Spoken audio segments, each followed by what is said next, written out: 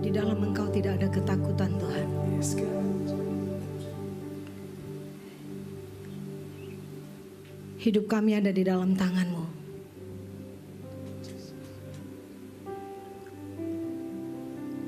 Biar seperti Daud, kerinduannya hanya satu, untuk berada di bait Allah seumur hidupnya, menikmati kebaikan Tuhan, kemurahan Tuhan, menikmati bait-Nya.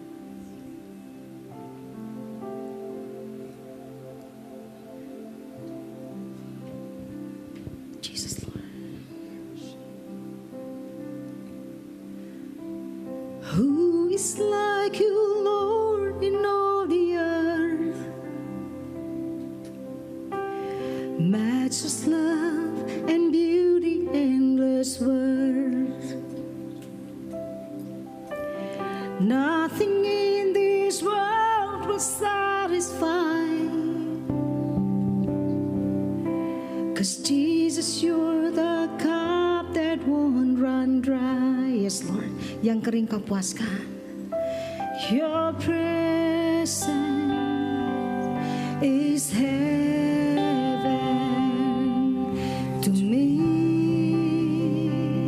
Your presence, oh God, your presence is heaven to me.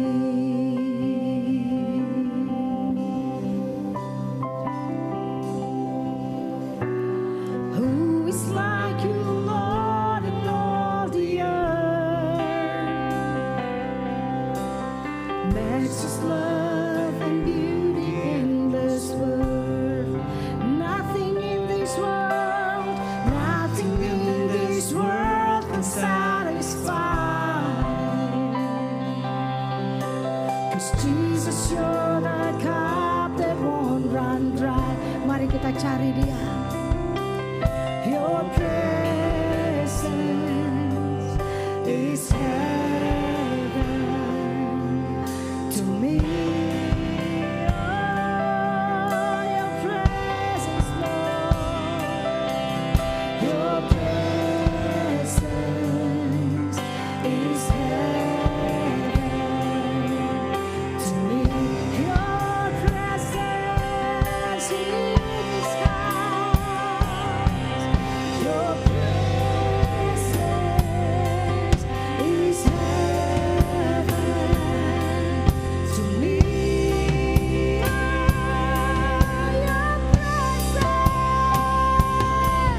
Your presence is heaven to me.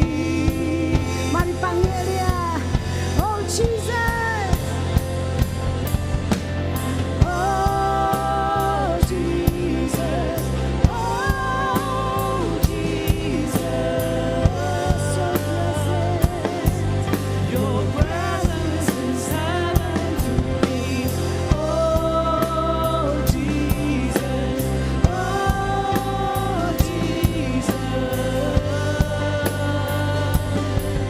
your presence is heaven to me.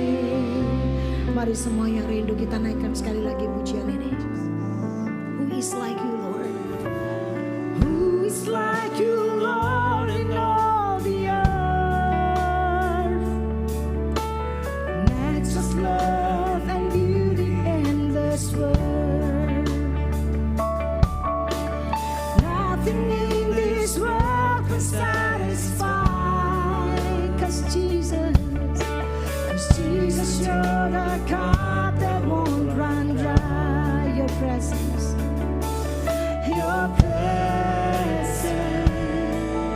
is heaven to me. Oh Jesus, mari saudara, kita datang ke rumah Tuhan. Biar yang kita cari hanya wajah-Nya, kita rindukan hadirat-Nya. Biar seperti di surga, demikianlah kita boleh rasakan di bumi. Your presence is heaven. Your presence is heaven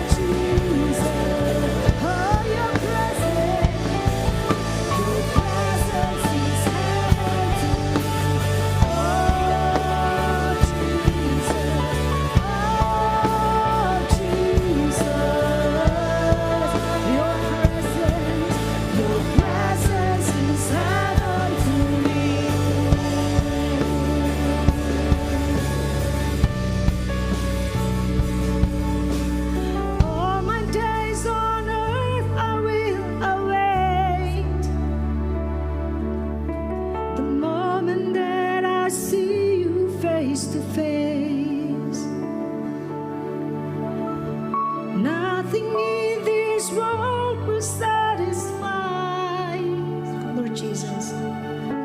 'Cause Jesus, you're the cup that won't run dry. All my days on earth I will await the moment that I see you face to face, God. The moment that I see you face to face. Sing it out, church. Nothing in this world, nothing in this world will satisfy. 'Cause Jesus, you're the cup that won't run dry. Mari angkat kedua tangan kita, katakan. Nothing in this world will satisfy. Saudara yang kering, biar dia yang memuaskan engkau malam ini. 'Cause Jesus, you're the cup that won't run dry. Nothing in this world, nothing in this world will satisfy. 'Cause Jesus, you're the cup that won't run dry. Haleluya. Kami cari Engkau Tuhan, hadirat-Mu Tuhan, itu yang kami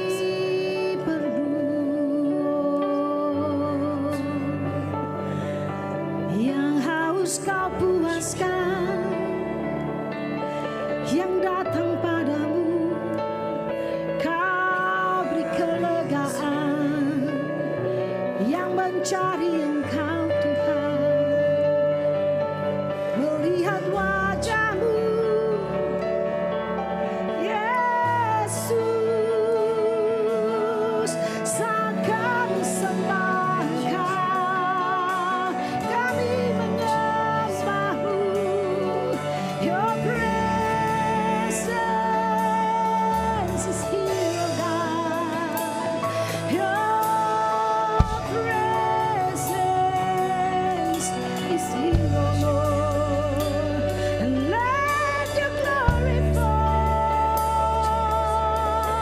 in this place. Let every heart longs for You be satisfied. Hallelujah. We worship You, Jesus.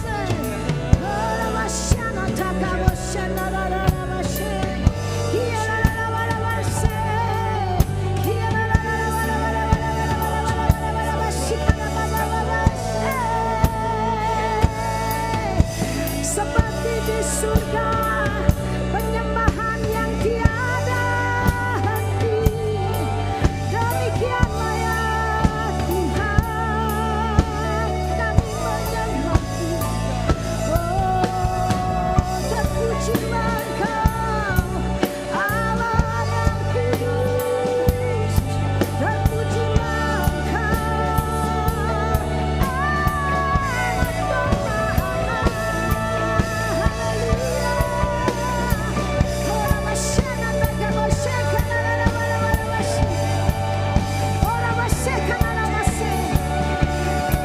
yang dalam kesesakan Tuhan berikan kelegaan malam ini Tuhan. Di dalam hadirat-Mu ada kelemasan.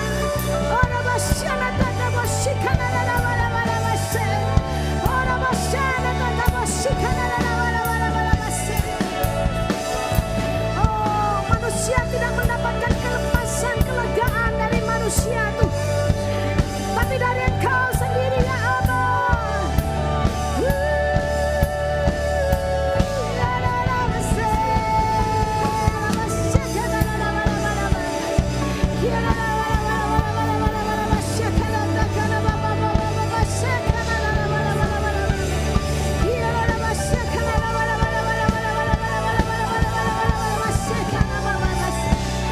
We worship You,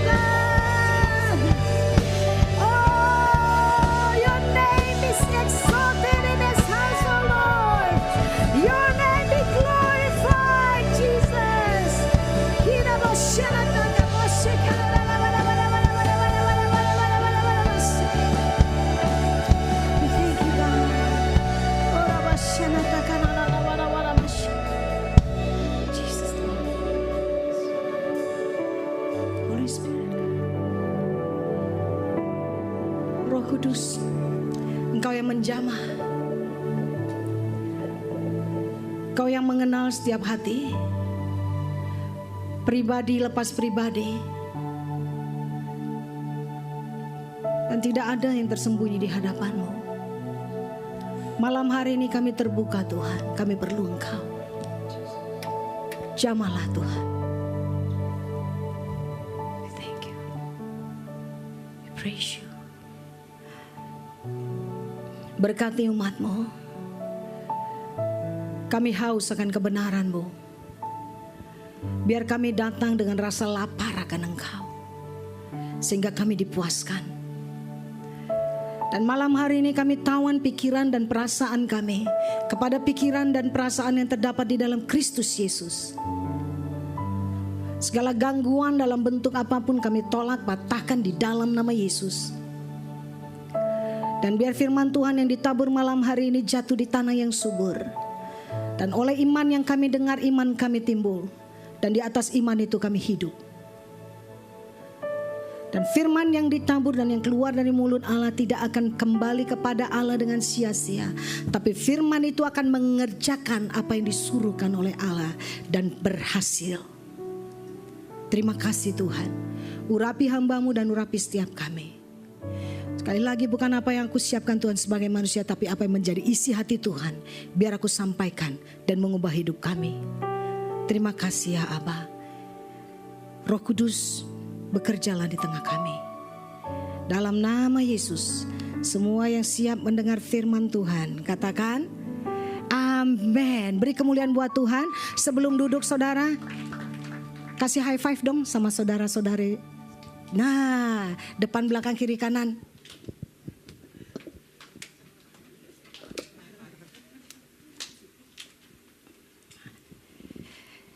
Puji Tuhan, yang sudah kasih high five boleh. Siap? Siapa, berapa banyak yang siap untuk mendengar firman Tuhan? Kita belajar sama-sama firman Tuhan itu kebenaran. Amin. Firman Tuhan itu hidup. Amin. Amin. Amin. Haleluya. Kita masih dalam tema bukan tahun 2016. Masih dalam tema bulan ini, apa temanya? Buletin. Hah? Bukan, bulan ini buletin apa judulnya kita? Hah? Enggak ada di situ. Enggak ada tulisannya no fear. Enggak ada? Ada, no fear. Ya. I'm no longer a slave to fear. I am a child of God. Ada takut yang dibilang takut yang wajar. Benar? Rasa takut saudara, ada rasa takut itu jadi bikin kita cautious, bikin kita hati-hati, benar gak? Karena kita takut kesetrum, kita hati-hati kalau nyolokin sesuatu, ya. Karena kita takut kebakar, kita make sure bahwa aman nih semuanya, benar gak? Ya, anak kecil hati-hati, kenapa? Takut jatuh. Nah, ada rasa takut yang wajar. Ada satu lagi rasa takut yang memang harus mutlak kita miliki. Takut akan Tuhan. Permulaan segala hikmat, takut akan Tuhan. Tanpa rasa takut pada Tuhan, tanpa rasa takut fear of God, kita nggak bisa respect sama Tuhan. Kita nggak bisa hormat. Kenapa? Karena rasa takut akan Allah itu harus ada dalam hati kita. Amin. Saudara, what is fear? Apa sih itu takut? Ya. Nah, di dictionary berkata begini, unpleasant emotion caused by the belief that someone or something is dangerous, likely to cause pain or threat. Jadi perasaan takut something atau orang yang kita bisa berbahaya nih buat kita, mengancam kita. Jadi ada perasaan yang takut di dalam kita, kayak rasa terteror gitu di dalam kita, ya. Atau kata kerjanya be afraid, jadi takut yang lebih aktif dari kita. Kenapa? Karena apa? Something or someone is likely to be dangerous, painful or threatening. Sama. Jadi percaya setiap kita pasti pernah merasakan yang namanya rasa takut. Benar? Ya, macam-macam. Aduh, saya takut gagal, kan takut kan? Saya takut ditolak, takut. Takut apa lagi? Saya takut gelap. Saya takut ketinggian macam-macam saudara ya. Nah, nanti kita mau belajar tentang tentang Daud. Bagaimana dia bisa menang atas rasa takutnya dia. Dia bilang dia fearless, dia gak takut apapun, dia bilang. Dia satu statement dari dia gak takut akan apapun. Tapi kenyataan dia menghadapi yang namanya ada rasa takut, tapi dia menang. Nah saudara, ada takut yang wajar, ada takut, kalau takut yang berlebihan disebut apa? Fobia, benar? Ada orang yang fobia terhadap macam-macam lah. Saya lihat beberapa, ada saudara di sini yang fobia terhadap sesuatu. Ada yang takut ketinggian nggak? Oh ada, takut. Naik pesawat, gemeteran. Langsung minum obat tidur pasti. Langsung biar tidur nggak berasa. Ada yang takut yang lain-lain? Oke, kita lihat ya. Jangan-jangan symptoms ini ada, gitu. Yang pertama, namanya nomofobia. Apa itu nomofobia? Ini singkatan dari no mobile phone phobia. Ini benar. Ya, ini benar saudara. Nah, nomofobia ini agak baru. Baru tahun 2010 ya. Jadi bukan ditemukan, jadi diekspos, ditetapkan bahwa ini ternyata fobia. Nah, saudara 2010 namanya YouGov. Jadi ini di Inggris saudara, Based Research Organization ya. Mereka disuruh untuk survei anxiety orang, orang tuh panik gitu terhadap kalau nggak ada mobile phone. Ternyata 53% orang di Inggris itu nomofobia. Mereka panik kalau nggak handphonenya. Apa aja sih yang dites? Dia bilang ini, kalau hilang handphonenya udah panik. Ngutang-ngutang deh, yang paling ada handphone baru gitu. Ya, harus ada handphone. Ya, panic attack, nggak bisa napas lah, sesak napas lah gitu, keringetan lah. Kayaknya nggak bisa ngapa-ngapain. Kayaknya hidup ini udah nggak ada kontak, nggak ada apa gitu saudara. Jadi nggak ada confidence lagi. Ya, lalu dikatakan apa? Mereka kalau baterainya habis, berapa banyak yang mungkin gejala-gejala kecilnya gini, di jalan, aduh, tinggal 5% nih. Begitu nyampe rumah temennya bukan, hey so nice to see you, bukan gitu. Lu punya charger Samsung nggak? Jadi nanya dulu, ada punya charger handphone nggak? Nah itu duluan saudara. Kenapa? Karena mulai kalau nggak gimana nih kalau nggak ada charge-nya. Waduh gimana ya? Nggak ada. Saya punyanya iPhone. Wah saya punya Samsung nih. Coba lihat paling saudara. Jadi begitu datang bukan say hi, bukan greetings yang gimana gitu ya. Ya hi juga gitu. Tapi yang pertama dicari gimana nih? Samsung saya nggak bisa di charge nih. Ada nggak yang mulai sedikit-sedikit nggak bisa kalau nggak ada handphone ya. Lalu dibilang begitu di tempat yang nggak ada signal mulai panik. Ada yang senyum-senyum. Aduh nggak ada signal. Aduh T-Mobile sih emang susah nih, harusnya AT&T gitu kan. Ya saudara, kenapa? Karena begitu nggak ada. Nah kalau something happen gimana nih? Saya nggak bisa communicate, nggak bisa ngapa-ngapain gitu. Terus ternyata saudara dari research ini, menurut saudara yang lebih panik itu kalau nggak ada handphone pria apa wanita? Wanita, setuju? Benar? Ternyata tidak.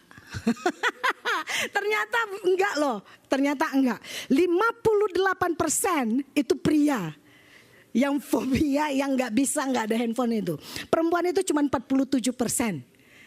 Kenapa? Saya pikir-pikir kok bisa ya? Kayaknya nih yang harusnya yang lebih panik nih wanita nih, nggak bisa ngomong, nggak bisa ngapain gitu, bener ya? Saya pikir juga gitu. Ternyata pria saudara. Bener.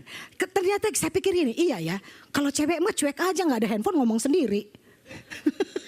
Mau siapa aja ngoceh-ngoceh aja sendiri, cerita sama diri sendiri kayak ngapain gitu. Ternyata pria nggak bisa gitu. No mobile itu singkatan, no itu no mobile. Fobia, no mobile phone fobia. Aneh ya, ternyata itu bisa jadi penyakit saudara. Jadi memang kita tuh nggak boleh menggantungkan hidup kita tuh sama handphone. Dulu nggak ada handphone gimana ya, orang oke-oke aja kok, ya nggak? Ya, hati-hati kalau mulai ada gejala-gejala teknologi canggih sehingga mulai ada fobia-fobia yang baru. Ya, rasa takut yang baru. Nah, yang lagi next. Namanya neofobia. Neo itu dari Latin yang artinya baru. Neofobia ini mereka takut untuk sesuatu yang namanya baru. Sayangnya nggak takut dapat istri baru. Yang baru, wah gitu takut. Nah dia bilang ini, unwillingness. Jadi nggak mau buat apa, to try something yang baru. Dan dia nggak mau break rutin. Orang yang kebanyakan sih anak kecil yang fobia ini, dia memang karena mereka lebih nggak mau nyoba ya. Kayak anak kecil ada food neofobia namanya. Artinya apa? Dikasih ini kayak gini lah, dikasih makanan yang dia nggak tahu, takut gitu. Nah, saudara. Lalu dia bilang nggak mau break dari rutinitas, sesuatu yang biasa dilakukan. Nah ini banyak kan dia orang tua. Kenapa saya masukkan ini? Saudara, karena dalam hidup kita Roh Kudus itu Roh Kudus yang bergerak. Amin. Dan Tuhan berkata di dalam Yesaya, jangan ingat hal purbakala, tetapi lihat Tuhan sedang membuka sesuatu yang baru, new things buat kita. Nah orang yang neofobia ini sulit dia untuk diubah, sulit untuk berubah. Karena apa? Ya udah gini-gini aja, aku oke kok, comfort zone. Ya udah deh gini gitu. Jadi kalau sesuatu udah jalan begitu, ya udah gitu aja. Biasa lewat jalan itu dia jalan itu terus. Jangan kita lewat sini aja. Enggak, something new. Kita coba jalan baru yuk gitu. Enggak mau. Makanan juga gitu. Ya, apa saja saudara, apa saja gitu. Saya orang yang memang nggak suka nyoba makanan, khusus makanan. Khusus makanan saya nggak mau coba, nggak akan saya pernah, kecuali kalau mau aman gitu. Paling saya carinya kalau ada ya yang Asian, di tempat yang saya belum tahu pasti saya cari aman. Terus kalau ada orang kan, wah ini cool banget nih, dia bagus ya kan, mau coba gitu, mau sesuatu yang baru. Saya enggak, kalau orang udah kasih referensi baru saya oke, gitu. Terus ada quality control, bukan quality untuk uji coba lewat apa enggak lewat. Kamu pasti suka. Nah itu Pastor Billy, kamu enggak bisa tuh di situ. Nah itu berarti enggak bisa gitu. Ya. Saudara, neofobia ini sesuatu yang baru, terlalu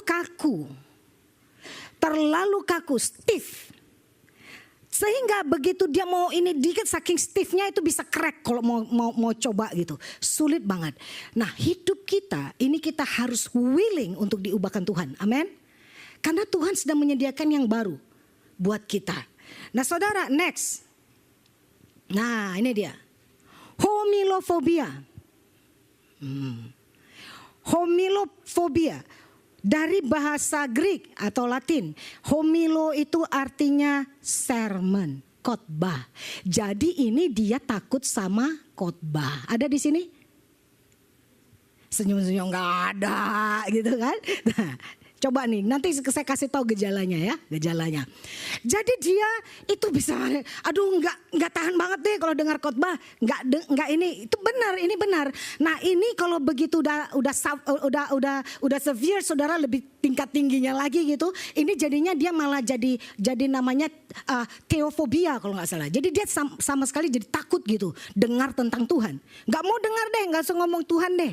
Pertama cuma nggak mau dengar khotbah, nggak mau dengar Tuhan. Setelah itu apalagi dia nggak bisa panic attack gitu kalau dia di tengah-tengah orang yang dia tahu bakal ngomongin tentang Tuhan, bakal ngomongin tentang moral.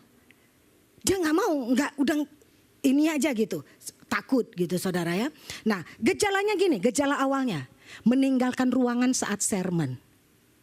Jadi kalau saudara lihat orang yang suka nggak dengar khotbah ada di luar sana, mungkin dia ada fobia nih, homilofobia. Saling perhatiin ya, bilang, cek loh, jangan, kamu ada symptoms ini loh, homilofobia. Jadi kalau saudara lihat yang suka lihat kalau lagi khotbah, nah tiap minggu lihat lagi, saudara pura-pura aja ke WC sekali-sekali. Lihat, nah ketemu dia lagi, homilofobia kamu ya gitu ya. Nah saudara, nextnya apa? Karena emang dia takut sama sermon, dia gak suka gitu. Nextnya apa? Karena akhirnya dia gak mau ke gereja. Gak mau ke gereja karena setiap gereja pasti ada sermon. Akhirnya dia gak mau gereja. Nah orang yang gak ke gereja-gereja bisa-bisa. Ya kan? Kenapa homilofobia? Wah, di mana-mana pasti ada khotbah gitu. Nah, yang tadi lagi yang lebih parah yang tadi, pokoknya dia nggak mau aja ada orang ngomongin itu. Akhirnya apa? Dia tidak mau mendengar sama sekali tentang Tuhan. Sama sekali dia tidak mau mendengar tentang moral yang baik. Saudara tahu sendiri akhirnya gimana. Oke? Kalau orang yang suka keluar lagi sermon bisa homilofobia. Kalau orang yang keluarnya cuma saat kolekte namanya apa? Cuma ninggalin lagi mau kolekte aja udah di luar aja pasti. Ya, mau ngapain kek ya pipis terus. Pokoknya tiap minggu ke WC terus lagi mau kolekte. Namanya apa kira-kira? Kolektofobia. Enggak itu saya kasih nama ya. Oke, lagi. Nah, ini bukan saya, bukan Pastor Billy. Ini namanya peladofobia. Saudara ada yang takut nggak lihat Mr. Bean? Hah? Jangan nunjuk-nunjuk Pak Suwito. Ada yang nunjuk Pak Suwito lagi. Pak Suwito bukan Mr. Bean. Ya. Saya juga kalau lihat Pak Suwito nggak takut ya Pak ya. Malah senyum, ketawa, sukacita saya. Ya nggak? Saudara sukacita nggak ketemu Pak Suwito? Hah? Amin ya. Lihat ini takut nggak sih? Tapi ada orang yang takut. Pak Suwito kalau ketemu orang yang kayak gini, Bapak hati-hati loh Pak. Bapak harus ngerti. Namanya peladofobia itu dari bahasa Spanish. Pelado itu botak. Hah? Oh saingan. Itu jadi dia takut saudara. Kenapa takut? Jadi ada juga orang yang saking takut jadi botak juga bisa masuk di sini. Ya, originated katanya dari pengalaman yang nggak nyaman sama orang botak. Bukan ditolak sama orang botak, bukan.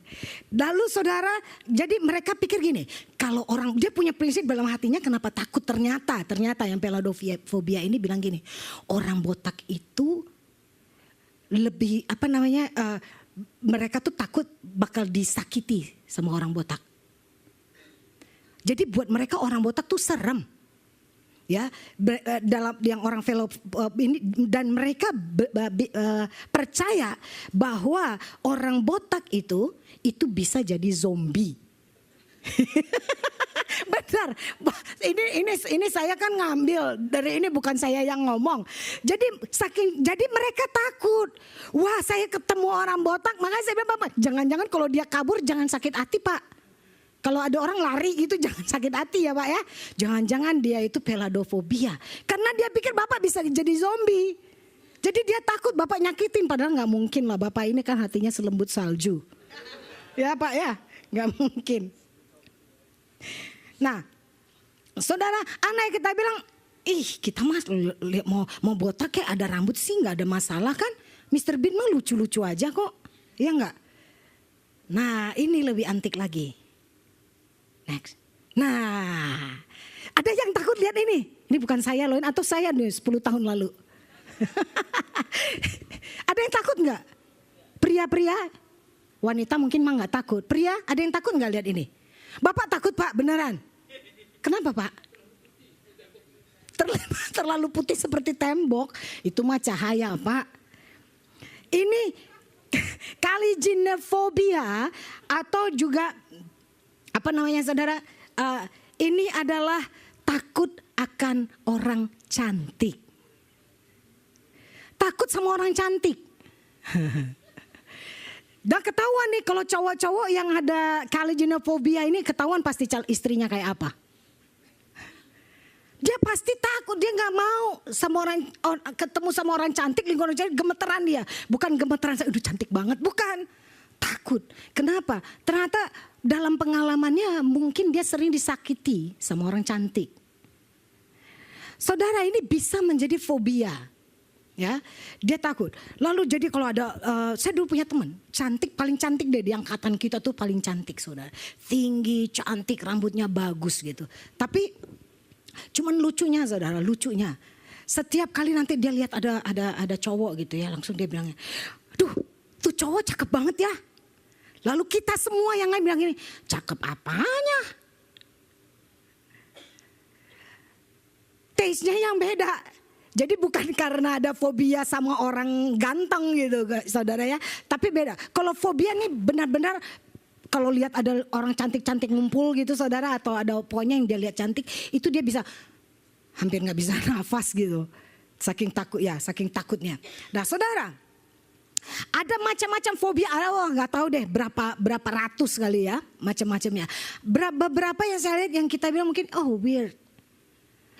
Tapi somehow coba bayangkan orang yang ada fobia di dalam kehidupannya itu seperti apa. Pasti ada keterbatasan dan rasa yang gak enak, nyaman tadi di dalam hatinya, bener gak? Perasaan takut di dalam hati, dalam hidup dia sehari-hari. Mari sekarang kita buka firman Tuhan. Kita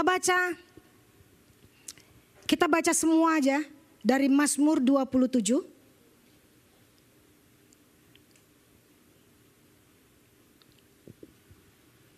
Mazmur 27.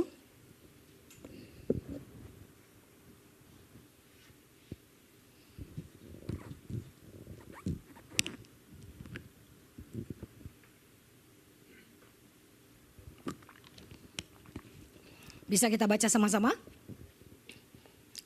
Mau ada di sini susah, kalau nggak saudara buka ini aja Smart Bible, saudara bisa buka. Yuk. Kita baca ayat ini, bagaimana Daud dia itu bisa berkata bahwa dia tuh gak takut apa-apa. Padahal kita tahu, nanti saya lihat apa yang dimaksud dengan dia tuh menghadapi yang namanya ketakutan. Ya, kita baca dari ayat yang pertama. Kita baca bergantian, yang wanita ayat yang pertama, yang pria ayat yang kedua, sampai ya seluruh satu pasal ini aja. Siap ya? Mari yang wanita, 3, 2, 1. Dari Daud, Tuhan adalah terangku dan keselamatanku. Kepada siapakah aku harus takut? Tuhan adalah benteng hidupku. Terhadap siapakah aku gemetar? Yang pria lebih kencang dong.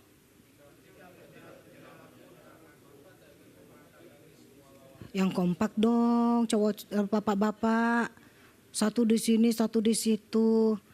Ya. Temponya lebih sama dong. Ketika penjahat menyerang aku untuk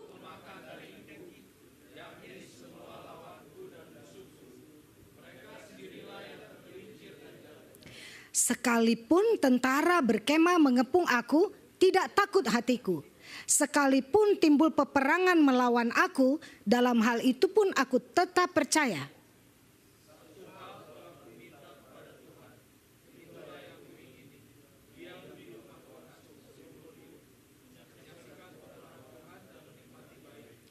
Sebab ia melindungi aku dalam pondoknya pada waktu bahaya. Ia menyembunyikan aku dalam persembunyian di kemahnya. Ia mengangkat aku ke atas gunung batu.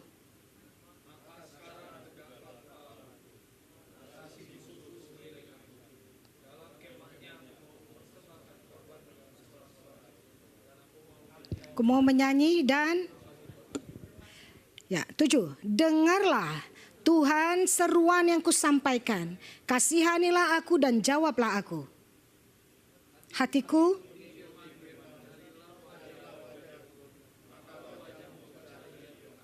janganlah menyembunyikan wajahmu kepadaku, janganlah menolak hamba-mu ini dengan murka.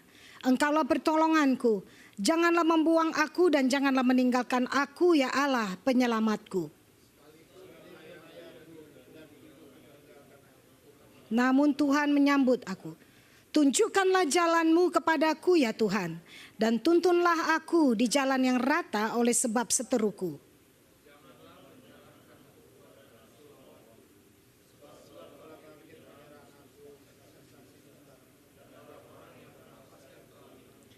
Sesungguhnya aku percaya akan melihat kebaikan Tuhan di negeri orang-orang yang hidup.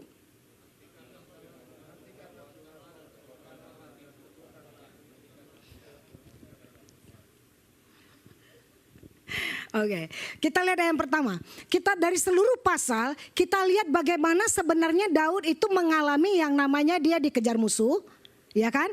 Dari mana yang Daud menggambarkan bahwa dia itu minta pertolongan Tuhan, bahwa dia itu sebenarnya dalam keadaan yang takut dan terancam, setuju nggak? Setuju?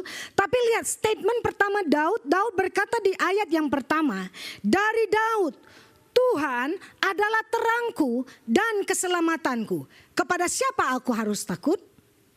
Dia bilang Tuhan itu terangku dan keselamatanku. Pada siapa aku tak harus takut? Nobody, nothing, fearless. Tuhan adalah benteng hidupku. Terhadap siapa aku harus gemetar? Takut. Gak ada, karena Tuhan, ya. Saudara, di sini di ayat ini ada 3, kembali ke PowerPoint. Saudara, kita lihat Daud. Saya kasih highlight ada 3 kata di situ. Pengakuan Daud tentang Allah. Ini nubuatan Daud. Karena di dalam perjanjian lama tidak ada Allah itu digambarkan sebagai terang. The Lord is the light. Itu enggak ada. Statementnya Yesus berkata, aku adalah terang dunia. Dia sedang berbicara tentang Yesus, bukan? 1000-an tahun sebelum Tuhan Yesus lahir, Daud berbicara tentang Yesus. Tuhan adalah keselamatanku. Yesua, Mesias. Dia bicara tentang Yesus. Saudara, jadi ribuan tahun itu, Daud sudah tahu bahwa the Lord is my light. Amin. Lalu dia bilang, aku gak takut apapun. Kenapa dia tidak takut? Karena Tuhan itu terangnya, keselamatan dan benteng hidupnya. Berarti Daud sedang mengalami sesuatu sehingga dia perlu terang, dia perlu keselamatan, dia perlu benteng. Setuju gak? Setuju gak? Dia berkata, Tuhan engkau terangku. Karena dia dalam keadaan dia perlu terang. Tuhan engkau keselamatanku. Karena dia ada di dalam keadaan yang perlu diselamatkan. Tuhan engkau adalah bentengku. Karena dia dalam keadaan dia perlu bentengnya dibentengi oleh Tuhan. Nah saudara, kita lihat. The Lord is my light. Apa itu? Kenapa kita perlu terang? Takut akan apa? Gelap, betul. Fear of darkness. Takut akan kegelapan. Kegelapan bicara apa? Sekalipun aku dalam lembah kelam, ku tak takut sebab kau besertaku. Dalam lembah kelam, kelam itu darkness. Dalam lembah maut itu bicara kegelapan. Saudara, Daud berkata begini, berarti dia ada dalam keadaan yang namanya darkness, kegelapan. Lalu dia bilang, sekarang aku gak takut sama kegelapan sebab Tuhan adalah terangku. Amin. Nah saudara, di dalam bahasa Ibrani ini dipakai kata hosek. Hosek ini bisa night, gelap, yang literally memang gelap, ya. Bisa juga artinya apa? Di 80 kali di dalam Alkitab dipakai kata hosek. Artinya gini, obscurity atau night dan juga night. Bukan or. Apa itu obscurity? Obscurity itu ternyata adalah gini, the state of being unknown. Dalam keadaan kita nggak tahu apa-apa. Setuju nggak? Itu gelap. Saudara yang belum pernah ke rumah saya, lalu saya bilang gini, tolong dong ambilkan sesuatu di rumah. Ini rumah, tapi itu gelap semua. Lagi gelap. Saudara nggak tahu rumah saya. Itu ada di belakang. Ini saya ngomong aja. Saudara nggak tahu di mana switchnya. Saudara nggak tahu gimana. Saudara pasti nggak comfortable, betul? Kecuali udah ada sesuatu yang menerangi saudara. Langsung mana ya switchnya? Pasti saudara nyari. Takut di dalam gelap. The state of being unknown. Atau dikatakan unclear or difficult to understand. Itu termasuk gelap. Sesuatu yang saudara tidak ngerti. Termasuk orang yang takut akan masa depan. Ini kegelapan. Karena di depan dia nggak tahu apa yang terjadi. Setuju? Benar? Kadang kita takut untuk sesuatu yang kita tidak tahu. Tiba-tiba beberapa hari yang lalu, minggu lalu kan kita Sarina dibom. Ya kan? Cuman memang orang Indonesia hebat, tadi baru kita bilang, bom digituin bukannya gimana jadi joke. Jadi joke di mana-mana, benar nggak? Nggak ada takutnya, itu Asis nyesel kali. Capek-capek ini Bumi Indonesia gitu. Jadi joke di mana-mana.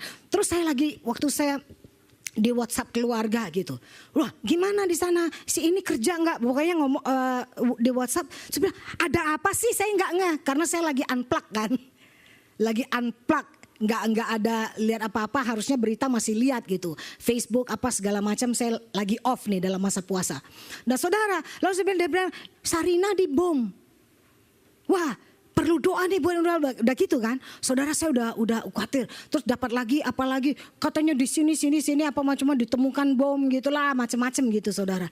Terus besokannya saya udah tidur, saya udah doa Tuhan ini apa keluarga segala macam lah udah minta perlindungan Tuhan. Sampai saya bilang Pastor Billy di ada nggak CNN? Ada nggak di berita? Jadi saya minta tolong di record.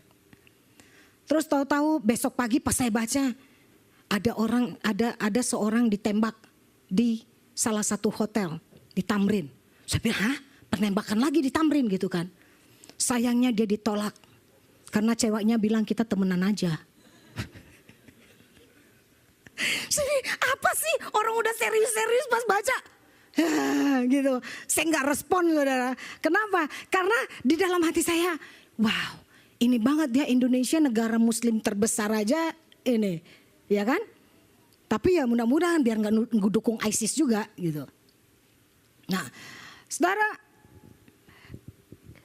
kegelapan itu orang takut akan apa? Gambaran dari judgmentnya Tuhan, penghukuman Tuhan.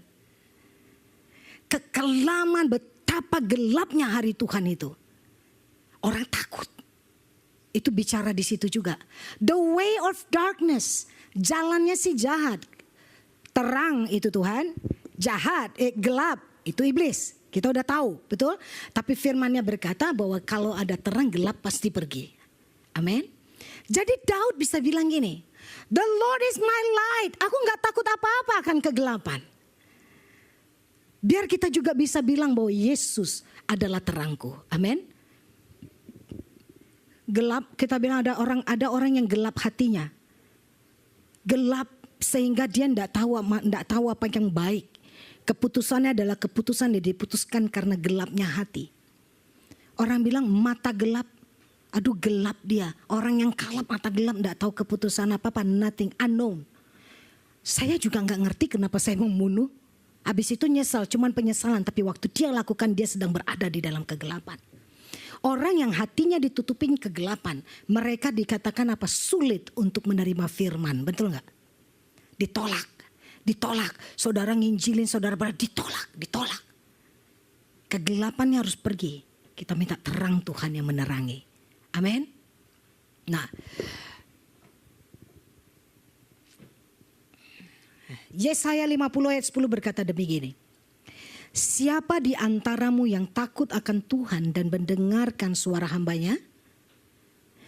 Jika ia hidup dalam kegelapan dan tidak ada cahaya bersinar baginya, baiklah ia percaya kepada nama Tuhan dan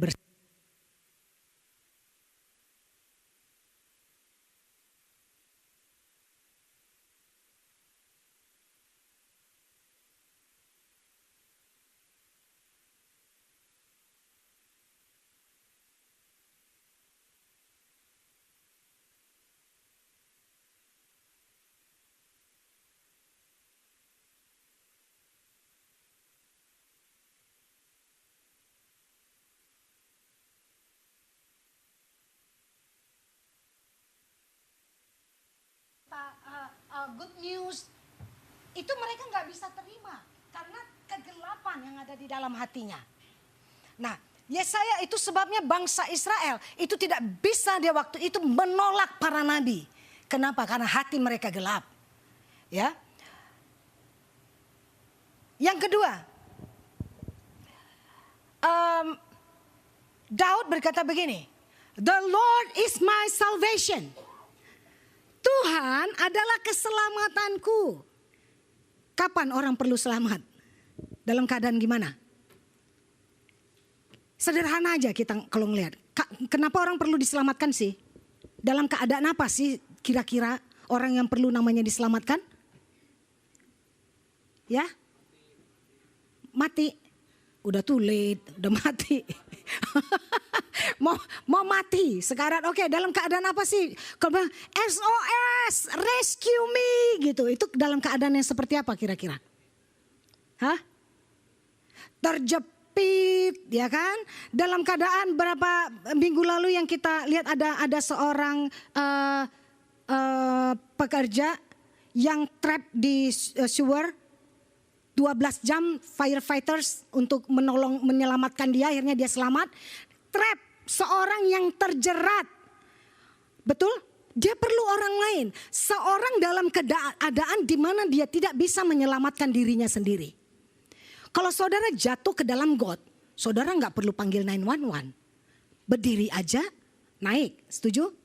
Tapi kalau kita jatuh ke dalam jurang yang dalam atau sumur yang dalam, saudara sudah berusaha nggak bisa menyelamatkan diri sendiri. Dan kita perlu orang lain untuk menyelamatkan kita. Amin.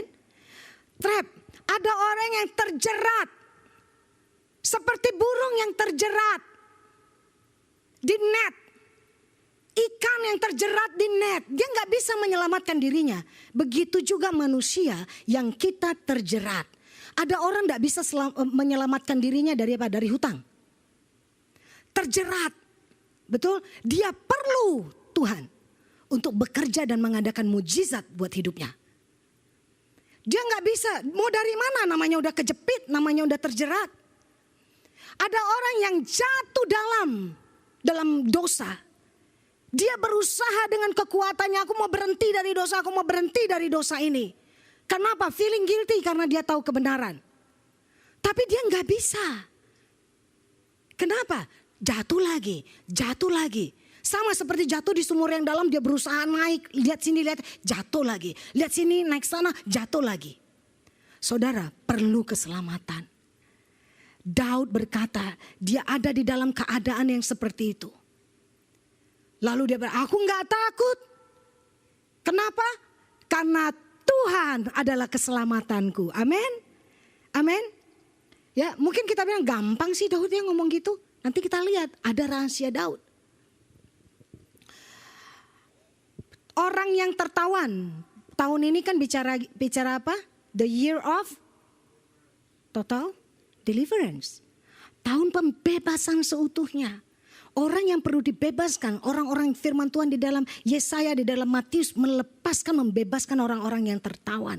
Orang yang tertawan mereka nggak bisa melepaskan dirinya sendiri. Kita perlu keselamatan. Yesus keselamatan. Tidak bisa. Mungkin Anda saudara dalam keadaan yang saudara bilang, aku stuck. Ke kiri gak bisa, ke kanan gak bisa. Aku stuck, aku gak bisa maju. Aku stuck, aku terhimpit. Look up. Pertolongan itu dari Tuhan. Daud ngalamin ini. Daud ngalamin ini. Ketiga, dia berkata begini. The Lord is my stronghold. Tuhan adalah bentengku. Saudara lihat benteng. Benteng ini fungsinya buat apa sih? Hah? Perlindungan. Saya bilang ini apa? Orang yang takut karena apa? Nggak aman. Ya kan? Terancam dari musuh. Rasa nggak aman, ada serangan musuh. Dia perlu yang namanya ada di dalam perlindungan, tempat yang aman. Tidak ada bahaya, dia rasa aman. Di sini mau ada orang mau pakai tombak lempar kek, mau ada apa kek, mau pakai panah kek, orang yang di dalam sana dia rasa aman. Karena apa? Temboknya tinggi, stronghold, strong tower, dijaga oleh Tuhan. Saudara lihat, mungkin kita nggak lihat, tapi perlindungan Tuhan itu nyata dalam hidup kita. Amin. Pagar Tuhan itu dalam hidup kita. Saya sharing beberapa hari yang lalu. Jangan lupa setiap hari itu doa 3. Pertama apa? Protection kita minta apa? Tuhan tutup bungkus siapa? Saya, keluarga saya, orang yang punya hubungan darah dengan kami, tutup bungkus dengan darah Yesus. Kenapa? Iblis gak bisa nyerang kita, yang dicari orang yang paling dekat sama kita.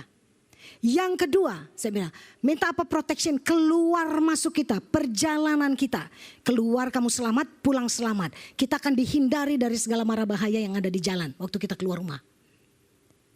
Ya, perjalanan kita, nggak ada ngalamin yang nggak di luar. Yang ketiga saya bilang minta apa? Tutup bungkus harta benda yang Tuhan percayakan kepada kita. Amin. Kenapa kita perlu yang Tuhan percayakan kepada kita? 3 ini saudara, lihat Ayub. Lihat Ayub. Tuhan pagari dia. Yang pertama yang itu siapa? Apa yang mana dulu kena oleh iblis? Harta benda. Yang kedua, lingkar lebih dalam lagi. Apa yang kena? Orang yang paling dekat dengan dia. Yang paling lemah, siapa? Anak-anaknya. Setuju? Lalu yang ketiga, dia dan keluarganya. Betul? Dirinya sendiri. Saudara, ini adalah kita minta perlindungan Tuhan. Kalau stronghold itu memagari kita, maka kita akan rasa aman dalam hidup kita. Amin. Amin. Amin. Doa ini 3 ini saudara. Doa 3 ini. Tuhan, tutup bungkus hambamu. Tutup bungkus suamiku, anak-anakku, saudara-saudaraku, siapapun mereka yang punya hubungan, orang-orang yang kami kasihi yang punya hubungan darah dengan kami.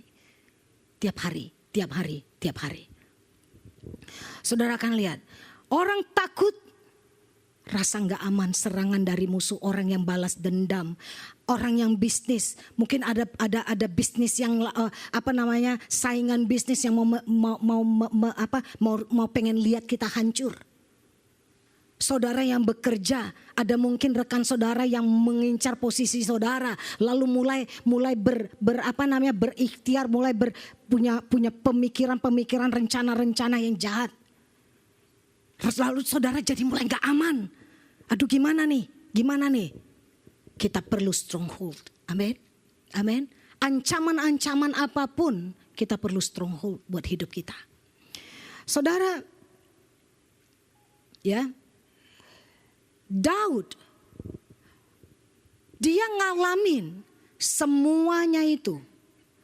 Tadi kita sudah baca di dalam Mazmur 27. Bagaimana dikatakan bahwa musuhnya datang menyerang dia. Orang-orang bangkit, saksi-saksi dusta bangkit melawan dia. Hidupnya terancam. Kita tahu hidupnya Daud. Pada waktu Daud setelah diurapi oleh Samuel, pertama kali Daud itu 3 kali diurapi. Diurapi sebagai raja itu 3 kali. Pertama oleh Samuel waktu dia masih lebih kecil. Ya kan? Setelah itu kita tahu kisahnya bahwa dia melawan Goliat. Lalu dia mulai ada di istana Saul. Lalu Saul membenci, jealous akan Daud. Lalu Daud pergi menjadi buronan. Dia pergi, hidupnya gak enak. Jadi dia perlu terang, dia perlu keselamatan, dia perlu stronghold. Dan pengalaman Daud, kalau saudara baca di dalam 1 Samuel 20 dan seterusnya, saudara lihat di situ, pelajari. Wah, Daud ini ngeri banget sih, hidupnya kapan tenangnya gitu. Udah jadi raja, anak kudeta. Enggak, ini dia saudara. Hidupnya itu sebetulnya tuh harusnya tuh penuh stressful. Tapi kalau dia bisa bilang, I am fearless, no more fear, no fear. No longer slaves of fear. Kenapa? Karena dia punya Allah. Dia punya Yehovah. Yang dia bilang apa? Lord, the Lord is my light, my salvation, my stronghold. Amen. Apa rahasianya?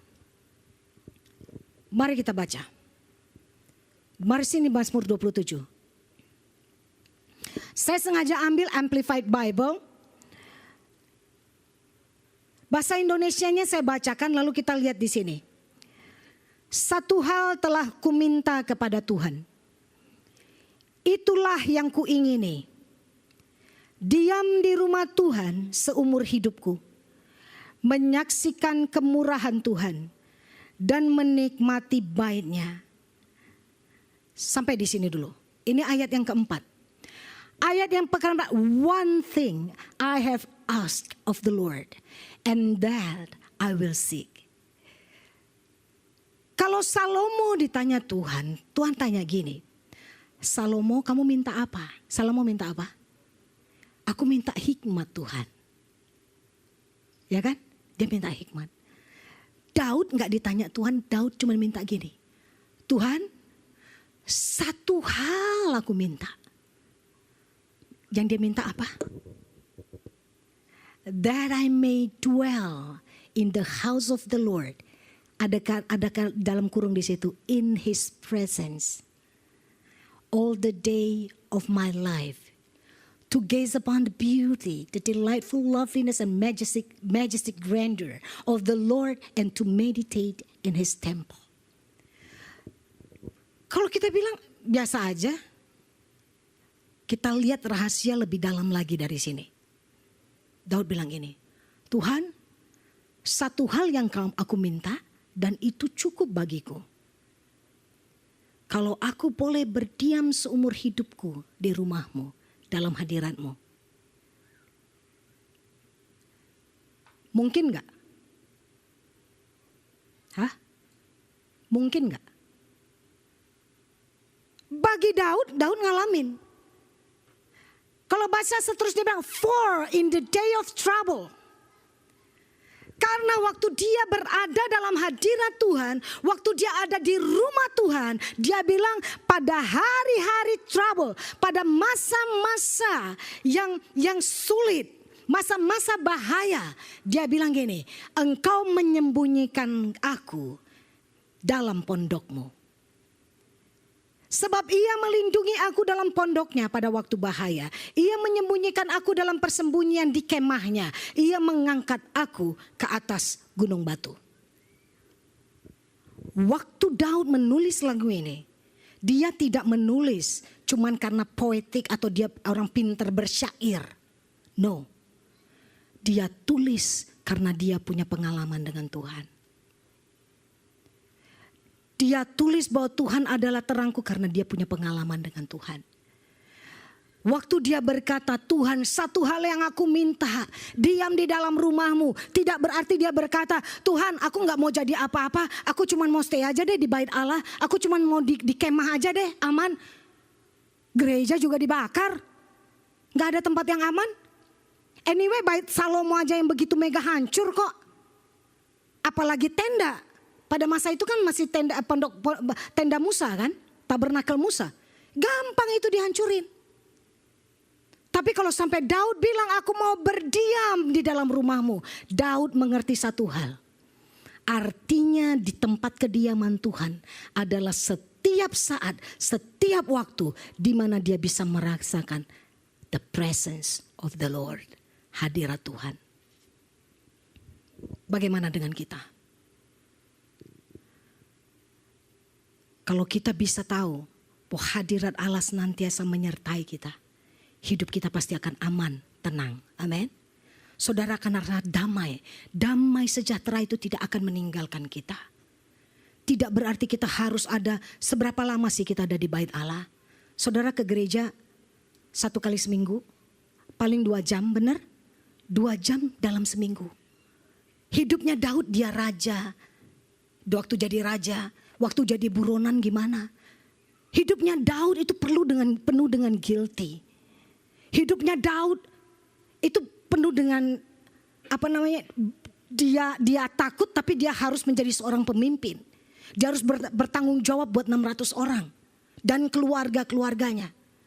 Hidupnya Daud itu bukan hidup yang nyaman. Tapi kalau dia bilang satu hal aja Tuhan, apapun yang aku lakukan, kemanapun aku pergi, apapun yang sedang aku hadapi, biarlah aku itu tetap berada dalam hadirat-Mu. Amin. Itu yang artinya dia bilang, berdiam di rumah-Mu seumur hidupku. Bukan harus di sini. Tapi dimanapun kita harus bisa merasakan kehadiran Tuhan. Karena dia hidup. Saudara lihat apa? Takut nih Roh Kudus, saya takut banget. Ngomong sama Roh Kudus. Dia ada di dalam hati kita. Roh itu lebih besar dari kita.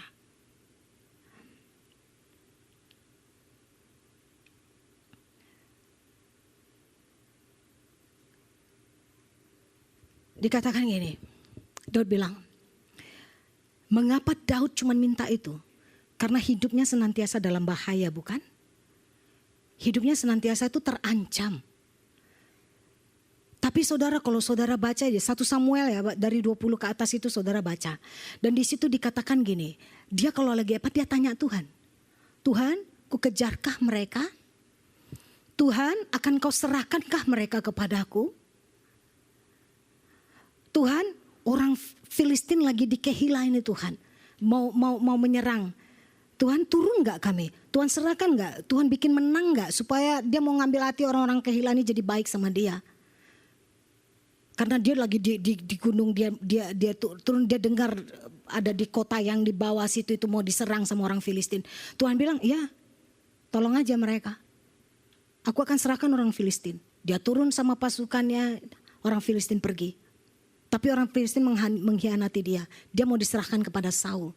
Dia tanya Tuhan lagi, Tuhan, aku sudah tolong nih orang-orang Kehila. Sekarang akan diserahkan mereka ke aku kepada Saul?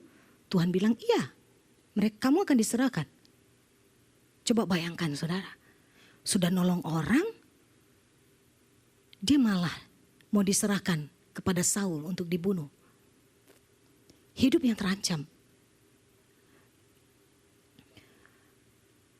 Daud itu sangat akrab dengan rumah Tuhan yang sesungguhnya. Pada waktu itu tabernakel Musa ada di Nob. Kota Nob. Kota Nob ini sekitar 3 kilometer dari istananya Saul. Pada waktu itu kan kalau Saul lagi apa, ada Daud ada di istana kan. Kalau Saul lagi kerasukan, nah Daud main kecapi.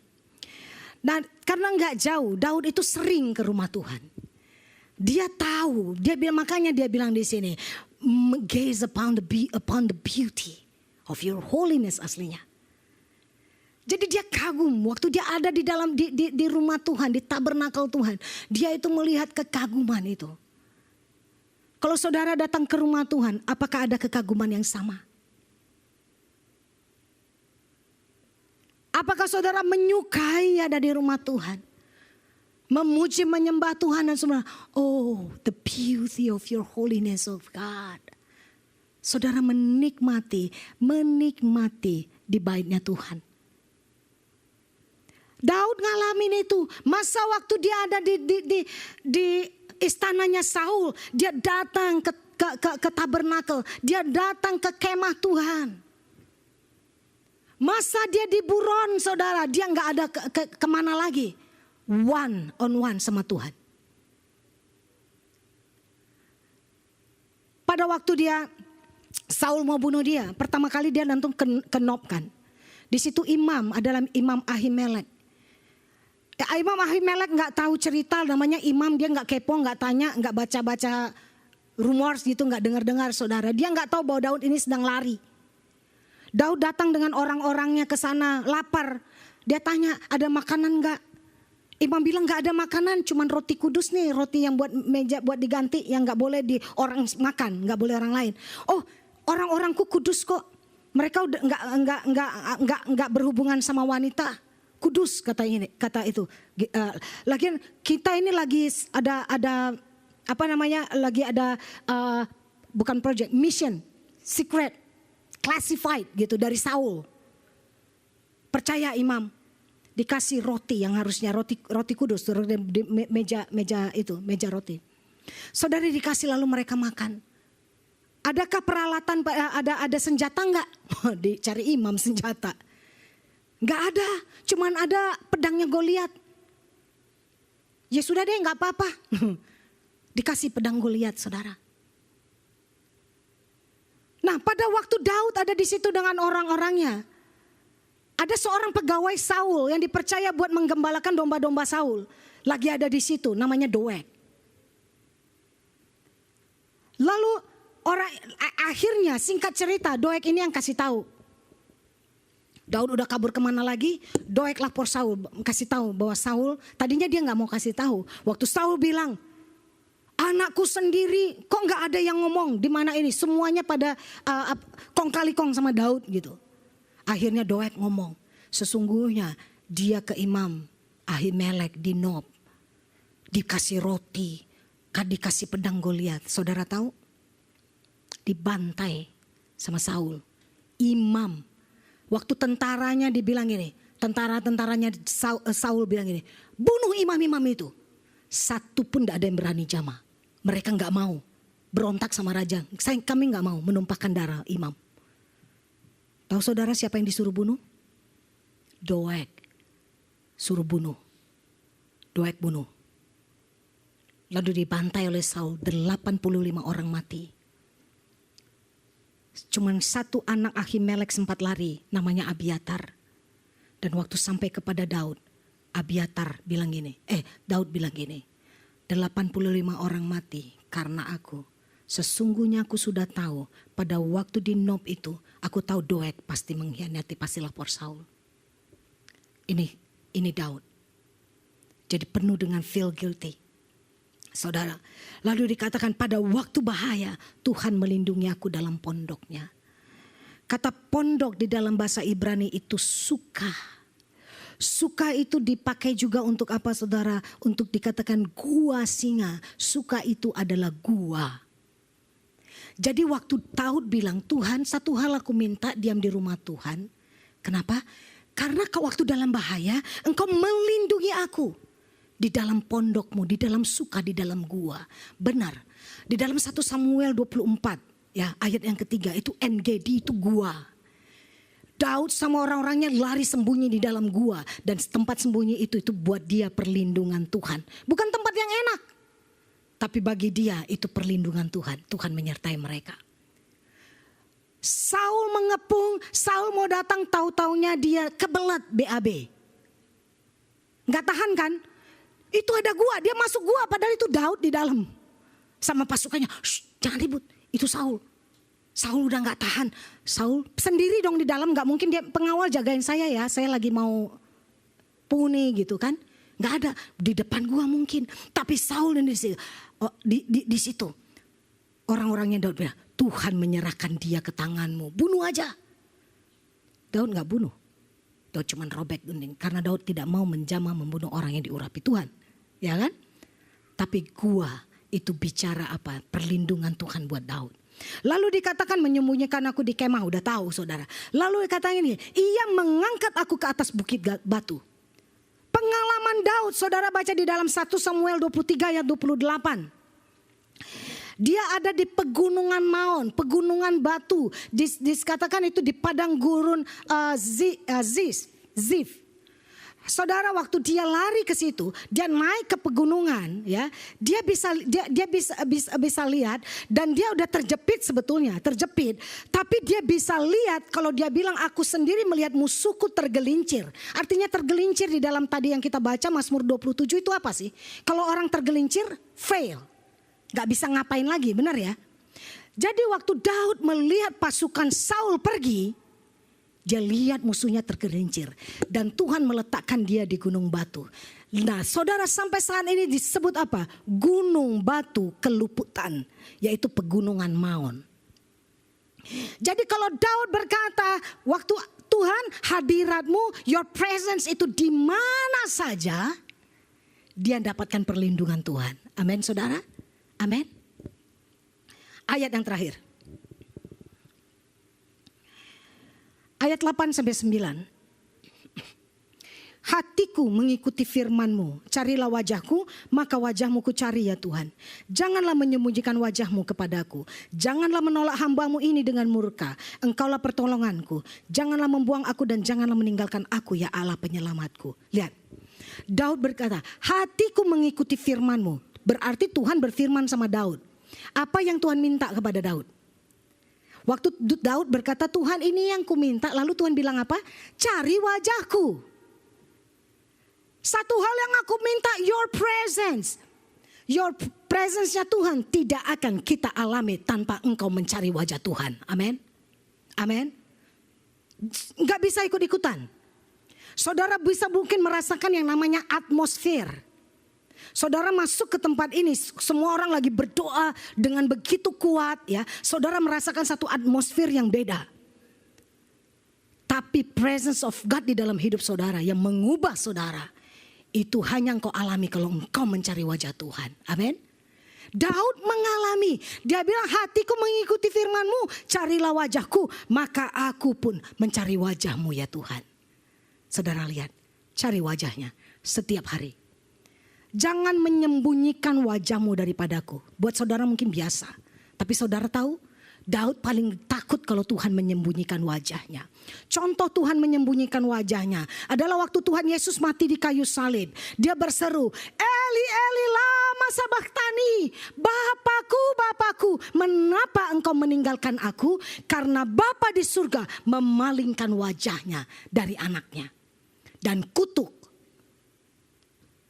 yang ada atau menimpa Tuhan Yesus, betul?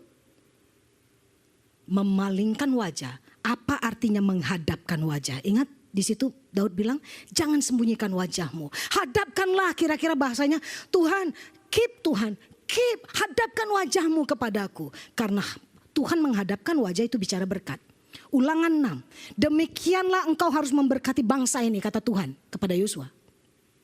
Pada Yosua bilang gini, Tuhan yang memberkati dan melindungi engkau.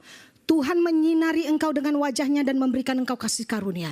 Tuhan menghadapkan wajahnya kepadamu dan memberikan engkau damai sejahtera. Jadi waktu Tuhan menghadapkan wajahnya kepada kita, apa yang kita dapat? Kasih karunia, berkat, damai sejahtera. Amin. Minta terus cari wajah Tuhan. Artinya gini, kalau seseorang mencari itu kan gini. Ya, tolong share sebentar ya. Nih. Cari gini, anytime, cari mau balik terserah ya. Namanya cari ini sekarang kan saya ngadap wajah, ketemu wajahnya kan. Saya lihat wajahnya, oke? Namanya mencari, dia lagi ngadap sana, kemana saya? Saya cari, di mana sih wajahnya, betul? Saya cari, benar? Namanya menyembunyikan wajah, setiap dicari dia palingin karena dia nggak mau lihat saya. Ini yang Daud nggak mau. Tapi yang Daud mau, ini Tuhan, mana sih wajahmu? Tuhan bilang, cari wajahku. Jangan cari punggungku. Cari wajahku. Jadi waktu Tuhan berkata begitu, Daud itu akan mencari, Tuhan, mana wajahmu? Mungkin coba berlutut coba. Kira-kira. Biasanya di sini Tuhan, mana wajahmu biasa di sini. Tahu-tahu dia, loh kok di sini ya? Cari wajahnya. Cari wajahnya. Ada usaha dari kita untuk mencari wajah Tuhan. Amin. Thank you, Chair. Saudara ngerti? Artinya cari sampai saudara ketemu wajah Tuhan. Karena kalau Tuhan menghadapkan wajahnya kepada kita, berkat, damai sejahtera, kasih karunia itu menjadi bagian kita. Kalau hidup kita penuh dengan itu, kita akan ngalamin rahasia Daud itu fearless. Apa? Dimanapun kita akan ada rasa aman. Apapun bahaya yang mengancam kita bisa berkata, aku tidak takut Tuhan. Aku enggak takut sebab Engkau besertaku. Amin. Mari kita bangkit berdiri, kita berdoa bersama-sama.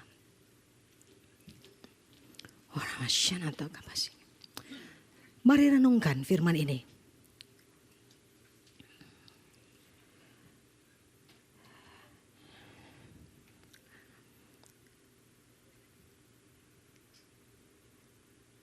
Supaya hidup kita itu menang dari ketakutan.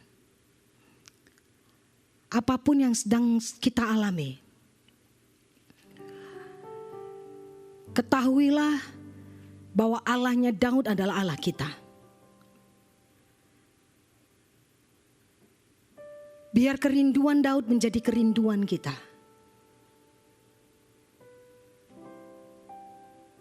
Untuk berdiam di rumah Tuhan.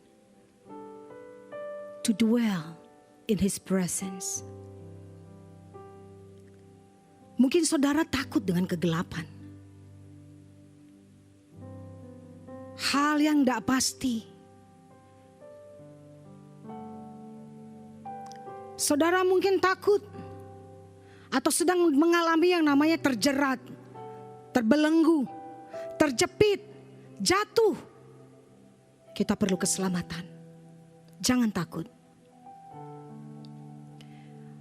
Mungkin saudara dalam keadaan hati yang gelisah karena terancam. Tidak ada rasa aman. Ancaman dari manapun.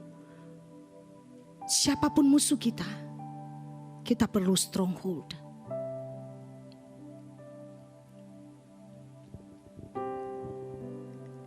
Dialah terang, keselamatan, dan benteng hidup kita. Katakan, tak usah ku takut, Allah menjagaku, tak usah ku bimbang. Tak usah ku bimbang, Yesus peliharaku. Yesus peliharaku, tak usah ku susah. Tak usah ku susah. Roh Kudus hiburku, Roh Kudus hiburku, tak usah ku cemas. Tak usah ku cemas. Dia memberkatiku, Dia memberkatiku. Katakan El Shaddai, El Shaddai, El Shaddai. Allah Maha Besar, Allah Maha Besar, Maha Kuasa. Berkatnya Dia besar, besar, Dia besar, Dia besar. El Shaddai mulia, mulia. El Shaddai, El Shaddai, El Shaddai. Allah Maha Kuasa, Maha Kuasa. Berkatnya melimpah, berkatnya melimpah. El Shaddai.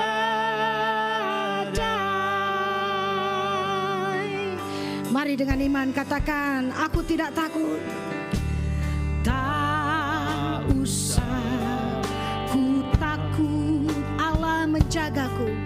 Allah, Dia perlindungan kita, Dia kota benteng kita. Katakan, tak usah ku bimbang, tak usah ku bimbang.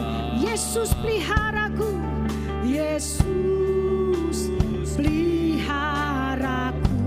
Tak usah ku susah, jangan susah hatimu. Tak usah ku susah. Roh Kudus hiburku, Roh Kudus hiburku. Tak usah ku cemas, tak usah ku cemas. Dia memberkatiku, ya, karena Dia adalah Allah El Shaddai, El Shaddai, El Shaddai. Allah Maha Kuasa, Maha Kuasa. Allah yang kita sembah, Dia besar, Dia besar, Dia besar. El Shaddai mulia, El Shaddai, El Shaddai, El Shaddai. Allah Maha Kuasa, Maha. Wajahnya dihadapkan dan Dia memberkati engkau. Berkatnya melimpah. El Shaddai. Saudara nyanyikan El Shaddai. Kalau saudara takut, percayalah Dia Allah yang sanggup menolong engkau. Dia memberkati engkau. Kau bisa diluputkan dari segala bahaya, dari segala ancaman. Dia besar. Berserulah kepada El Shaddai, El Shaddai. Amin. El Shaddai. Engkau Allah yang Maha Kuasa. Amin. Berkatnya, berkat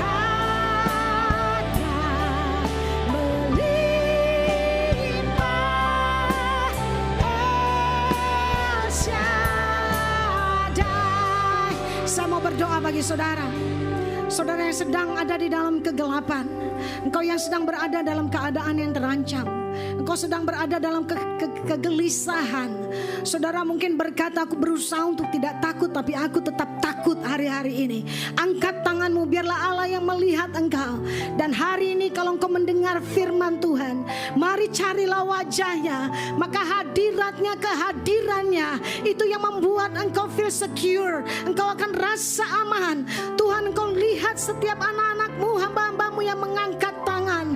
Ketakutan dalam bentuk apapun kami usir semua di dalam nama Yesus. Aku minta Tuhan supaya hadirat-Mu ada menyertai hamba-hambamu. Ketakutan disingkirkan, ketakutan akan kegelapan, ketakutan akan ancaman oleh karena terjerat dan jatuh dalam berbagai hal.